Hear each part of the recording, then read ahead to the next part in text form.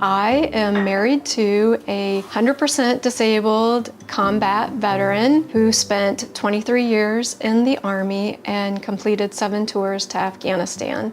Right now, we have one little girl who's 12 living in our household, although together we have 6 children.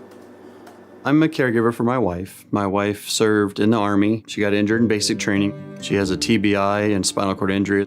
So I get up about 5 o'clock in the morning. I get her medications, I get her breakfast, her coffee. Once she's set up, I go downstairs and I homeschool my daughter. I get woken up around 2 o'clock in the morning because my husband does not sleep well. He suffered a TBI, a traumatic brain injury, and he has short-term memory loss. By 6:30, I have to be up to get my daughter ready for school. If a service member is injured, you don't think, oh gosh, looks like I'm going to be a caregiver today. We take on this role of caregiving automatically, oftentimes unconsciously. We just care. Caregivers on the Homefront programs are based on the mental health and wellness of the family member. Those family members who oftentimes don't get to talk about what they're feeling inside. Those feelings may be situated around what's going on in the house because there's a wounded or ill or injured veteran, but because we're so in tune to caregiving, we don't get to talk about what is hurting us inside. Sean and I both have an experience in being a veteran caregiver. We're able to relate to our caregivers that we work with and our participants, and they know what we're going through. And then we also have that professional piece as licensed master social workers. I feel like we build trust faster than most organizations or programs because we do have that personal story behind us. Opening up with your art and explaining your feelings is a very vulnerable place. Not only do you have feelings about what you've created, the meanings behind it are sometimes even more intense. And the arts can just allow that freedom with no judgment. When you put it in a group setting of like-minded people, you have others around you supporting you. There's a camaraderie and you feed off of each other.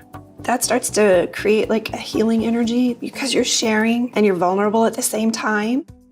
Creative expression allows me to just take a pause on everything that's going on around me. It actually relieves some stress because at that moment, I'm just thinking about what I'm trying to create. There are 2.3 million military and veteran kids living in caregiving homes where there is care being provided to a veteran. These kids are taking on these caregiving roles at a very young age. The term that we use to describe these kids are hidden helpers. We oftentimes don't realize that these kids in the homes are becoming secondary caregivers. That's why bringing art for these kids is so important as well.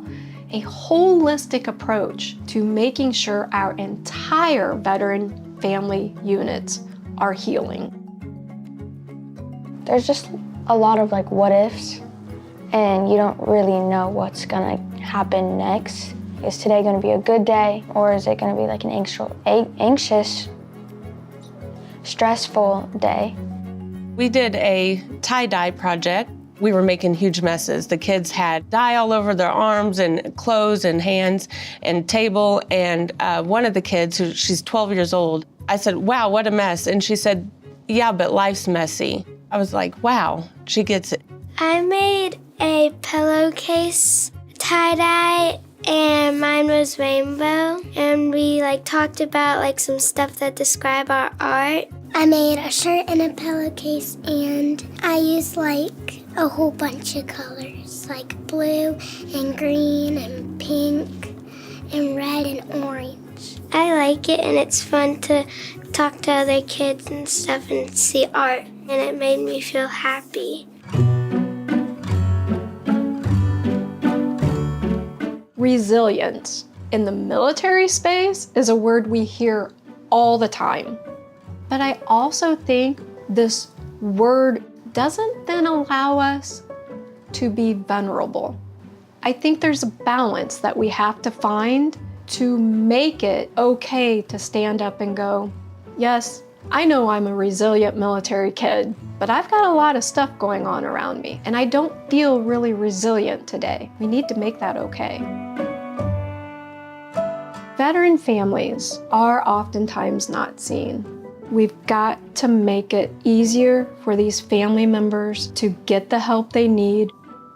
Healing is utilizing a piece of art to get out your true feelings. Expression, maybe even without saying a thing. We've got to put it somewhere. Putting it down on a piece of canvas is a lot better than spewing angry words at maybe the cashier at the grocery store, or your kids, or your loved one that you're caring for. The most important thing for us as caregivers is to understand a caregiver, that's a role, it is not who we are. Caregiving is honorable and needed, yet they are so much more, and that's what we want to make sure that we're bringing back to them.